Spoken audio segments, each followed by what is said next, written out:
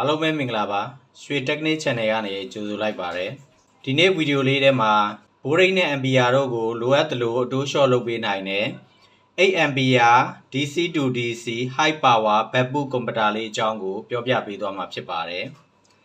ကဲဒီတော့ဗီဒီယိုလေးထဲမှာဒီ Converter လေးရဲ့အကြောင်းကိုအသေးစိတ်ကြည့်ရှုလိုက်ကြရအောင်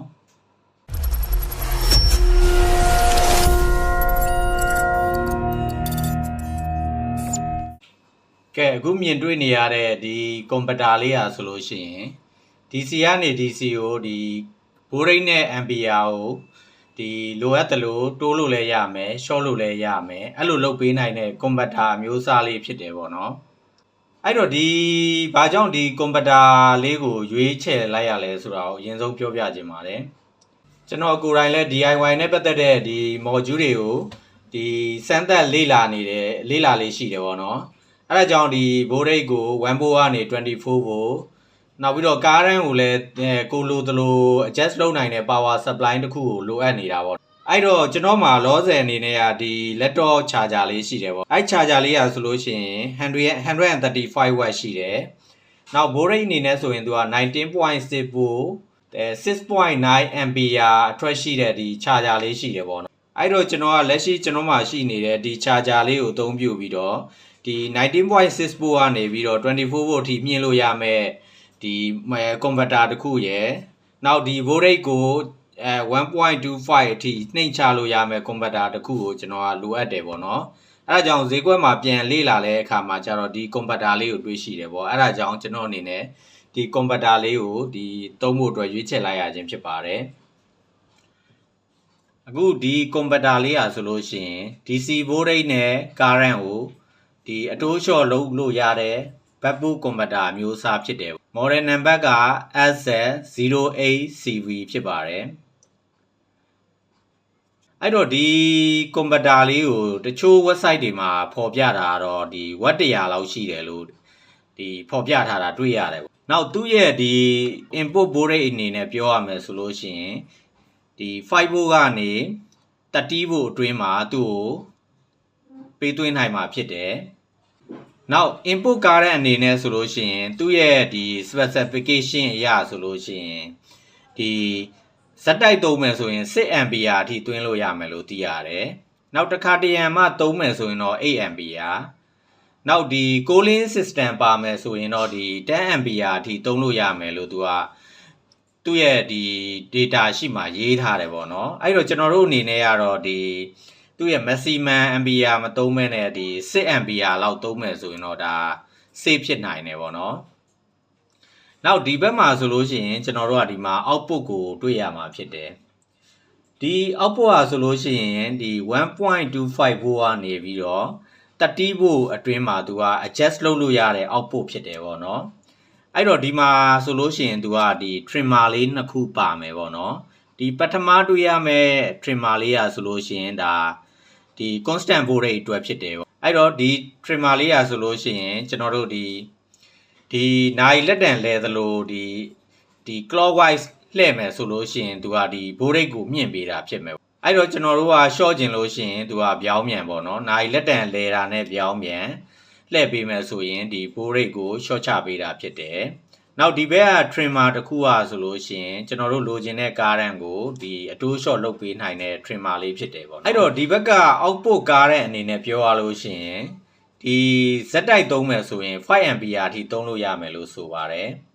နောက်ဒီဘက်ကအတိုင်းပဲသူက cooling system ပါမယ်ဆိုလို့ရှိရင်တော့ maximum 10 ampere အထိသုံးလို့ရမယ်လို့ဆိုတယ်ပေါ့နော်အဲ့တော့ခုနကကျွန်တော်ပြောသလိုပဲဒီ10 ampere မသုံးမဲနဲ့ကျွန်တော်တို့ကဒီ5 ampere လောက်ပဲသုံးတင်တယ်ပေါ့နော်နှုတ်မို့ဆိုရင်ဒီမှာဒီအပူလွန်ကဲပြီးတော့ဒီကတ်ကပျက်စီးသွားနိုင်တယ်ပေါ့နော်အဲ့တော့ဒီမှာဆိုလို့ရှိရင်လည်းသူကဒီမှာ heat sink ဒီနှစ်ခုနဲ့သူကအပူကိုစွန့်ထုတ်ဖို့အတွက်ကိုသူကလုပ်ပေးထားတယ်ပေါ့နော်နောက်ဒီအတွင်းမှာဆိုလို့ရှိရင်ဒီမှာဒီ indicator လေးပေါ့နော် red indicator လေးတစ်လုံးပါရှိတယ်ပေါ့နော်အဲ့တော့ဒီ trimmer trim ဒီ converter လေးကို power supply ရောက်ရင်ဒီမီလီကလင်းလာမှာဖြစ်တယ်ပေါ့နော်အဲ့တော့ကျွန်တော်တို့ကဒီမှာဆိုလို့ရှိရင်ဒီ voltage ကဒီ 1.25 ကနေ30 volt ကိုဒီလိုတလို့တိုး short လုပ်လို့ရမယ် ဒီဘက်ကဒီ current အနေနဲ့ဆိုလို့ရှိရင် 0.2 amp ကနေပြီးတော့ဒီ maximum 10 ampere အထိဒီ adjust လုပ်လို့ရမယ်လို့သိရတယ်ပေါ့နော်အဲ့တော့ဒီ converter လေးอ่ะဆိုလို့ရှိရင်သူက over current protection လဲပါတယ်ပေါ့နော်အဲ့တော့ကျွန်တော်တို့ကသူ့ရဲ့ခံနိုင်တဲ့ ampere ထက်ပိုသုံးလို့ရှိရင်ဒါဒီ converter လေးอ่ะသူက power supply ကိုဒီဖြတ်တောက်နိုင်တယ်ပေါ့နော်သူ့ရဲ့ data sheet အရဆိုလို့ရှိရင်သူက over current protection ပါတယ်လို့ပြောထားတဲ့အတွက်နောက်ပြီးတော့သူကဒီ short circuit ဒီ output အတွက်ကို short circuit protection ပါတယ်လို့လည်း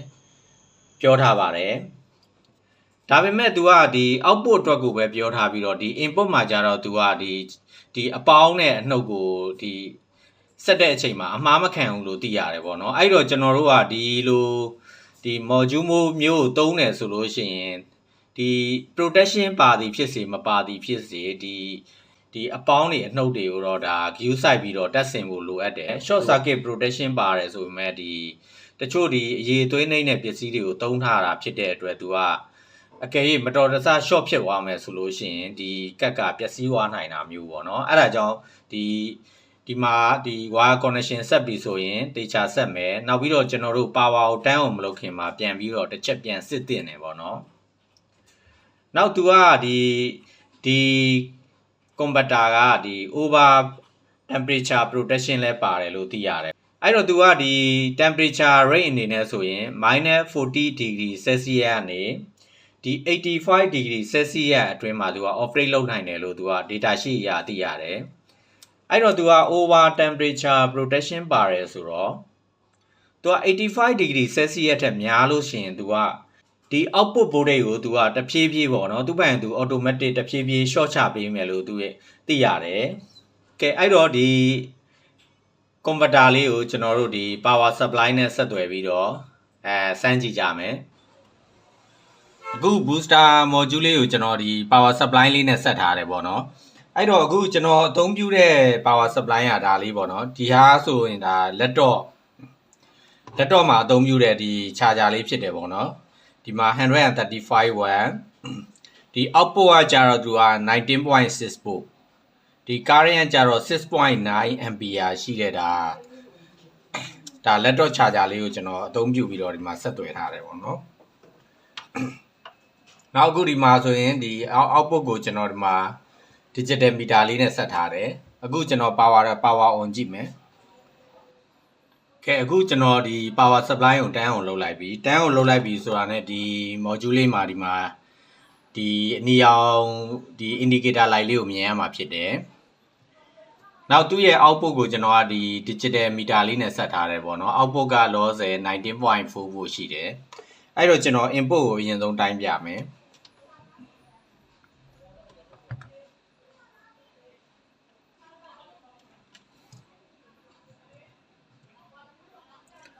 Okay input voltage ရဆိုလို့ရှိရင်ဒီ 19.8 volt ရှိတယ်ပေါ့နော်ဒီ trimmer လေးကိုအသုံးပြုပြီးတော့ကျွန်တော် volt လေးကိုဒီသူ့ရဲ့အနိမ့်ဆုံးဖြစ်တဲ့ 1.25 နဲ့နောက်အမြင့်ဆုံးဒီ30 volt ကိုအတင်ချလုပ်လို့ရလားဆိုတာကိုကျွန်တော်ဒီစမ်းသပ်ကြည့်မှာဖြစ်တယ်ပေါ့နော်ကဲအခုအရင်ဆုံးကျွန်တော်ဒီမှာအရင်ဆုံးဒီနိုင်လက်တန်လဲတဲ့အတိုင်းပေါ့နော်လှည့်မယ်ဆိုလို့ရှိရင်သူကဒီဘိုးကဒီဘိုးတိုးပေးတာဖြစ်တယ်ပေါ့နော်အခုကျွန်တော်အဲ့ပုံစံတိုင်းလေးလှည့်မယ်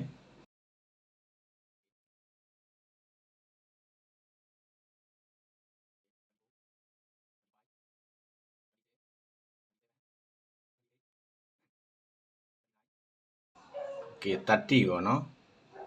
ကဲအခုဆိုလို့ရှိရင်ဒီမှာ 30.3 volt ကိုရောက်နေပြီကဲအဲ့တော့ကျွန်တော်ဒီတခါကျွန်တော်သူ့ရဲ့အနိမ့်ဆုံးဘိုးဖြစ်တဲ့ 1.25 volt ရမရကျွန်တော်လှည့်ကြည့်မယ်ကဲအခုကျွန်တော်နိုင်လက်တံရဲ့ပြောင်းမြန်ကိုလှည့်နေတာဖြစ်တယ်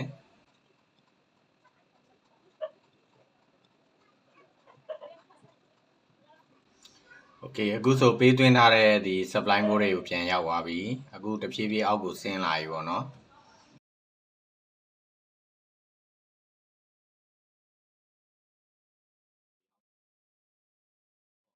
အခုကျွန်တော်ရဲ့ဒီမီတာကဒီ4 volt အောက်ဆိုရင်တိတ်ပြီးတော့အလုံးမလုံးချင်တော့ဘူးပေါ့နော်4 volt အောက်ဆိုလို့ရှိရင်မှိန်သွားတယ်ပေါ့အဲ့တော့ကျွန်တော်ဒီ ဒီ 4 volt out ကိုကျွန်တော် multimeter ကိုသုံးပြီးတော့ဆက်တိုင်းကြည့်မယ်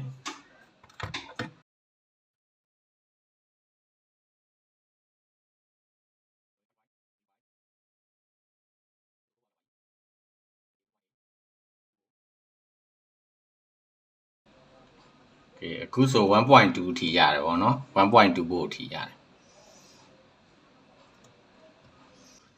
1.2 volt မှာကျွန်တော်သတိပြုမိတာဒီမှာဆိုလို့ရှိရင်ဒီ indicator light လေးပါသူကဒီမလင်းတော့ဘူးပေါ့နော်ကျွန်တော်အဲ့တော့ဒါလေးကိုပြန်တင်ကြည့်မယ်အခုတဖြည်းဖြည်းမီးလေးကပြန်လင်းလာတယ်ပေါ့နော် indicator လေးက3 volt လောက်မှာ indicator လေးပြန်လင်းလာတာတွေ့ရတယ်ပေါ့နော်ကဲအဲ့တော့ကျွန်တော်အခုဒီနေ့တော့ကျွန်တော်ဒီ full function တက်တော့မလုပ်တော့ဘူးပေါ့နော်အဲ့တော့ကျွန်တော်ဒီဟာလေးကိုအသုံးပြုပြီးတော့ကျွန်တော်အိမ်ကွန်လေးရှာမယ်ရှာပြီးတော့ကျွန်တော်အိမ်ကွန်လေးထဲမှာကျွန်တော်ဒီ